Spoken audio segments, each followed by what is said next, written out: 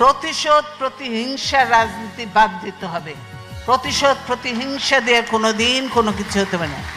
প্রতিশোধ প্রতিহিংসার রাজনীতি বাদ দিয়ে জাতীয় ঐক্য করলেই সম্ভব। এখানে একটু আওয়ামী লীগ আর বিএনপির মধ্যে পার্থক্য। বিএনপি সবসময় জাতীয় ঐক্য প্রতিশোধ প্রতিহিংসার ঊর্ধ্বে সকল নিয়ে কাজ করতে চায়। এই হাসিনা আজকে দেশের এই অবস্থার জন্য সম্পূর্ণভাবে হাসিনা দায়ী।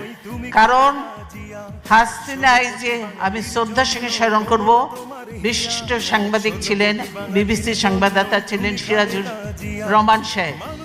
রহমান সাহেব, তাকে আমি শ্রদ্ধার সঙ্গে স্মরণ করছি। আমি খুব ভালো মানুষ ছিলেন, মুক্তিযোদ্ধা ছিলেন সিরাজুর রহমান সাহেব। তিনিই তার ইন্টারভিউ নিচ্ছিলেন এবং বলেছিলেন, আমি বাংলাদেশে যাব রাজনীতি করার জন্য নয়, প্রতিশোধ নেওয়ার জন্য। হাসিনা এই কথাটা বলেছে, উনি বলে এটা ঠিক হচ্ছে না, কিন্তু হাসিনা বলেছে আমি প্রতিশোধ নেওয়ার জন্য। তাই আজকে প্রতিশোধ নিয়ে বাংলাদেশকে একদম খোকলা বানিয়ে দিয়ে, বাংলাদেশকে একদম ধ্বংস করে দিয়ে, সমস্ত প্রতিষ্ঠান ধ্বংস করে দিয়ে বাংলাদেশকে তলাবিহীন ঝুড়ি বানিয়েছিল।